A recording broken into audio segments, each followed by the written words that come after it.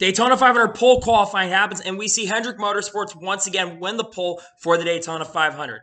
What's going on, guys? It's Daniel, and welcome back to our video. I just got done watching Daytona 500 qualifying. Let's jump into the results from qualifying and talk about qualifying as a whole.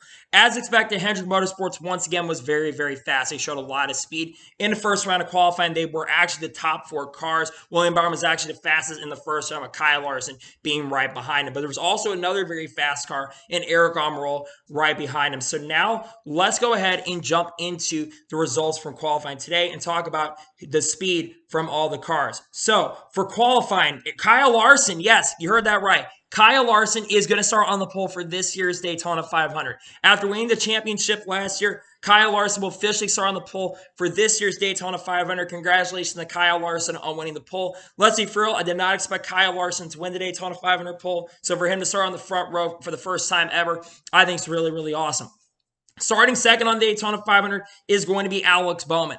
Alex Bowman, I believe this is the 5th time he's ever started on the pole. I think the 5th straight year he started on the front row for the Daytona 500. So major congratulations for him. He will start second. Then the rest of these guys will be racing in the duels. William Byron was 3rd fastest in the time trials. He will start in second in duel number 1. 4th was Eric Almirola. Eric Almirola is the only one that was ahead of any of the Hendrick cars. He breaks up the Hendrick pairing for them to go top 4. Eric Almirola shows a lot of speed. He will start second in race number 2. Then 5th will be Chase Elliott, who will start 3rd in race number 1, duel number 1. Chase Elliott is really, really fast once again in this race. He tends to be really good in the qualifying. Still start 5th. Mark Trick Jr. qualified 6th for this year's Daytona 500. Very, very strong. He'll actually start 3rd in the second duel. Very strong for Mark Trick Jr. to have that pace and have that speed. Best of the Joe Gibbs cars for sure, but just by a little bit. But good job for Mark Trick Jr. Ross Chastain will basically get 7th in the qualifying. He will start 4th in race number 1 in the duels. Ross Chastain tends to be decent when it comes to qualifying, and he had a really good qualifying, did really good. He was 7th. Then Denny Hamlin was 8th fastest in the time trials. He'll start 4th in race number 2 tomorrow night. Good for Denny Hamlin to start up front. Of course, he'll probably be a contender to overall win the race on Sunday. He'll be very fast. Then 9th, the other trackhouse car, that being Daniel Suarez, he will start 5th in duel number 1. Daniel Suarez very fast in the qualifying, was in the top 10 pretty much. Good run starting him. He will start 5th in duel number 1. And then rounding out the last car who went to the last round, Harrison Burton, the rookie, in the 21 car. Really good speed out of that 21 car. He will start 5th in duel number 2. Good job for Harrison Burton to have that pace and have that speed. And here are the rest of the cars. So for the 11th, we've got Daniel Hemrick. Daniel Hemrick, for most of the early portions of qualifying, he actually was in the top 10. And I thought he was actually going to make it to the next round, but good qualifying for Daniel Hemrick. He will start 6th in duel number 1. Then in 12th place, you've got Joey Logano, who will start 6th in duel number 2. You know that Joey Logano is going to have a lot of pace and a lot of speed in the duels. He put a lot more pace into the race speed, but pretty decent qualifying run for Joey Logano. Then in 13th, you got Ryan Blaney. Ryan Blaney was actually flirting with Daniel Hemrick to try to get the pole at one point, but he gets 13th. He will start 7th in duel number 1. Good job for Ryan Blaney. Then in 14th position, you have Christopher Bell in the 20 car. Christopher Bell had a lot of pace in the qualifying. He will start 7th in duel number 2. I expect Christopher Bell to have a lot of pace in the duels. Then 15th was Tyler Reddick. Tyler Reddick with some pretty decent pace. RCR showing a lot of speed, and the Chevys showing a lot of pace and a lot of speed. He will start in row 8 in duel number 1. Then in 16th position, you've got Bubba Wallace. Bubba Wallace will start in 4, I believe he'll start in 8th position in row number 4 in the second duel. Bubba Wallace actually with some pretty decent pace. I expect Bubba to be a contender in this year's Daytona 500. He's already locked in this show. He will have a really good starting spot in the Daytona 500, most likely, if he can get up front. Good starting spot over tomorrow night.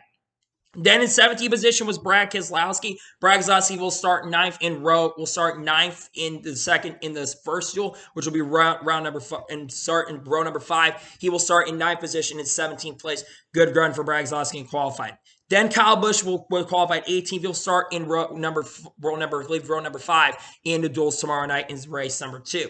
Then Chase Briscoe qualified 19th. He will start in row number 10 in the 14 car. Pretty decent qualifying run. And Austin Dillon will start 20th. He will start on the outside of row number 10. Then in 21st, you have Austin Cindric. I expected the 2 car to be a little faster than it was. 2 car will start 21st. He will start in row number 11. Then in 22nd was Michael McDowell. Michael McDowell, for a lot of that, was actually flirting, but actually getting into the top 10. Good qualifying, though. He will start in row number 11. Then in the one position, start in row number 6 in the duels tomorrow night. Then in 23rd was Eric Jones, pretty decent pace for the Petty GMS cars, followed by his teammate Ty Dillon, who was 24th. Then you've got Kurt Busch in 25th. I expected Kurt to be a little bit faster than he was, but Kurt, with some pretty decent pace, he will start in row number 7, I believe. Followed by Kevin Harvick, who was 26th fastest in the qualifying session. Pretty decent pace for him. Then you've got Justin Haley, was 27th in qualifying. Pretty decent pace from Justin Haley. He got top 30 in qualifying. Then Chris Buescher was 28th in the qualifying session. Pretty decent pace. He's locked in his show. He will be starting in row number, I believe will be starting in row number 7. Then you've got Cole Custer, who's starting 29th. I expect the Cole to be a little bit faster as well. SHR did not bring a lot of pace in qualifying. He will start in row, I believe, row number 11 or 12 or something like that in the duels. Then in 30th, you've got Corey LaJoie in the Spire car. He will start, I believe, in row number 10 or something like that. Then you've got Todd Gillen in 31st. He will start pretty high up into the duels, followed by Ricky Stenhouse Jr., who I'm not going to lie, I expected Ricky Stenhouse Jr. to be a little bit faster than he was. He will start in row number 8 in the duels tomorrow night. Followed by Noah Gragson, who, yes, Noah Gragson is actually locked into the main show. This will be Noah Gragson's first ever official NASCAR Cup Series start. Pretty cool for Beer Motorsports. They were the fastest of the open cars. He was 33rd in the time trials tonight. Then in 34th was Landon Castle. I expected Spire to be a little bit faster than they were, but he was 34th quickest in the session. He will start in, I believe, I think in row like 9 or something in the duels tomorrow night in his second duel. Then Cody Ware was 35th fastest. He will start, I believe, in row 10 around there, something like that. He was 35th. And then Jacques Villeneuve, yes, Jacques Villeneuve, the 1997 Formula 1 champion, he will be able to also race into the show. Really cool to see that he will be locked into the show in the 27 car. Then Kaz Grala is his third car of the open cars. He was 37th fastest. He will have to race his way in. The only way he can lock his way in without me not being the fastest car is if I believe Noah Gragson is able to finish up the farthest up. But he will be racing. Will have to race his way in. Followed by Greg Biffle in the 44 car for NY Racing. So Greg Biffle, I do expect to potentially get in the show, but they had motor problems. But they will also have to race their way into the main show.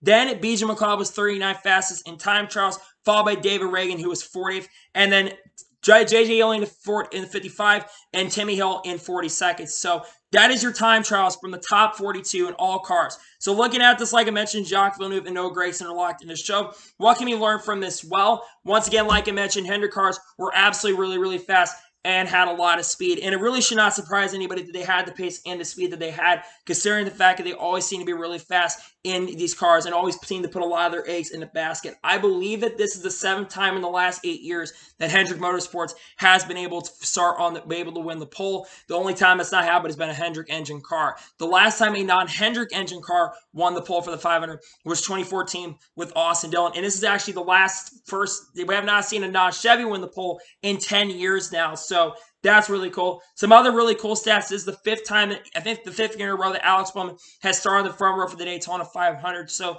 major congratulations to him on getting that done. And like I mentioned, pole for Kyle Larson. After really, really strong, he will start on the pole for this year's Daytona 500. Huge congratulations to Kyle Larson on winning the pole for this year's Daytona 500. So anyway, that is today's special report of the Daytona 500 qualifying. I want to thank you guys for watching. Please subscribe to the channel, notification on to be notified when a video does go live on my channel. Follow my Twitter, Facebook, and Instagram, and Instagram page as well. Let's get into below for that and comment your thoughts on today's video. Which drivers do you think are going to be able to race their way into the show, and who do you think will win the Daytona 500 on Sunday? Let me know in the comments below. I might have a couple extra videos that are coming tomorrow. I'm looking at potentially doing the reviews for the duels, but I'm not entirely sure yet. I might also have a NASCAR news video. Just turn your notifications on, because I've got some videos that are coming to you guys very, very soon. And we are beginning the season, and I'm very, very excited. Daytona 500 is right around the corner, and I'm very looking forward to seeing this year's Daytona 500. So anyway, like I said, I want to thank you guys for watching today's video, and I'll see you guys next time for some more great, awesome NASCAR and other motorsports content on the channel like this. A lot of cool stuff on the way. You guys don't want to miss it. Take care, everybody.